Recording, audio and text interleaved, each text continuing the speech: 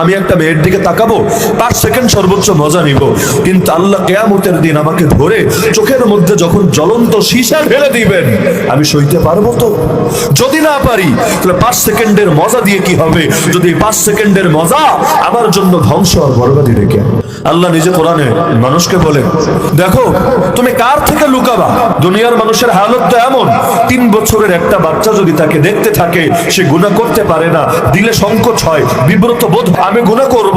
এই বাচ্চাটা আজ অবুঝ, কিন্তু একদিন তো সে বুঝবান হবে, এমনই তো থেকে যেতে পারে, 10 জনকে বলে দিতে পারে, আমার ব্যাপারে তার খারাপ ধারণা হতে পারে, ওর চোখের সামনে আমি কিভাবে পর্নোগ্রাফি দেখবো, ওর চোখের সামনে কিভাবে জিনা করব, ওর চোখের সামনে কিভাবে খারাপ কাজ করব। তার মানে তার চোখে, তার দৃষ্টিতে 3 বছরের বাচ্চা দেখে ফেলবে, এটার গুরুত্ব আছে, এটার ভয় আছে, কিন্তু রব্বুল আলামিন যে তাকে দেখবেন এটার কোনো ভয় তার দিলে নাই।